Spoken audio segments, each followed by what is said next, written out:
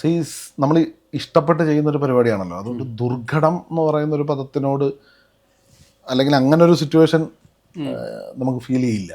കാരണം നമ്മൾ എത്രയോ വർഷം ആഗ്രഹിച്ച് കൊതിച്ച് നടന്ന നടക്കാൻ പോകുന്നൊരു സംഭവത്തിലേക്ക് നമ്മൾ അടുത്തുകൊണ്ടിരിക്കുമ്പോൾ നമുക്ക് ത്രില്ലും എക്സൈറ്റ്മെൻറ്റും ഒക്കെയാണ്. ദുർഘടം എന്ന് പറയുന്നതില്ല. പിന്നെ സിനിമയിൽ പ്രവർത്തിക്കുന്ന ആളുകൾക്ക് അറിയാം, അതിന് എല്ലാ പ്രോസസ്സിനും അതിൻ്റെതായ ഒരു എഫേർട്ടും ഹാർഡ് വർക്കൊക്കെ വേണം. അത് നമ്മളും ആ വഴിയിലൂടെ തന്നെയാണ് വന്നേക്കുന്നത്.